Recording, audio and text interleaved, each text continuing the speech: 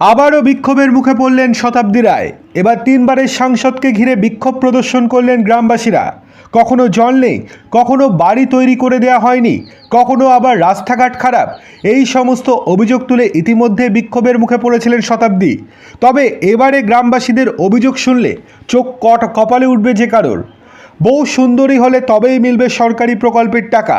শতাব্দীকে সামনে পেয়ে চাঞ্চল্যকর অভিযোগে সরগরম মোহাম্মদ বাজার ব্লকের পুরাতন গ্রাম পঞ্চায়েতের লাউজোড়া গ্রাম।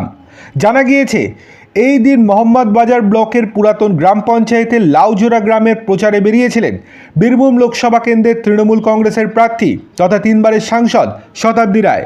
সাংসদের গাড়ির সামনে এগিয়ে গিয়ে চাঞ্চল্যকর অভিযোগ করেন এক ব্যক্তি। তিনি বলেন, যাদের বউ দেখতে ভালো তারাই টাকা পাচ্ছে, আর যাদের বউ দেখতে ভালো নয় তারা টাকা পাচ্ছে না। নির্বাচনী প্রচারে এসে গ্রামবাসীদের এই ধরনের চাঞ্চল্যকর অভিযোগের মুখে পড়তে হয়েছে শতাব্দীকে।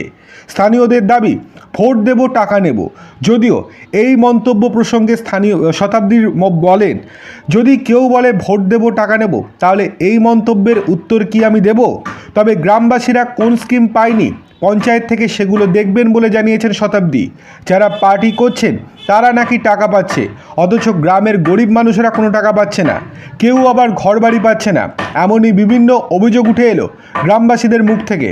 তৃণমূলের বিরুদ্ধে ওঠা ভুরি ভুরি অভিযোগ নিয়ে তৃণমূলকে কটাক্ষ করতে ছাড়েনি বিজেপি, পাল্টা জবাব দিয়েছে আবার অবশ্য তৃণমূল। বেশ কিছুদিন আগেই লোকসভা নির্বাচনের বাদ্যি বেজে গিয়েছে। নির্বাচনী প্রচারের ময়দানে শাসক দল বিগত বছরে নিজেদের সাফল্যের খতিয়ান প্রচার করছে।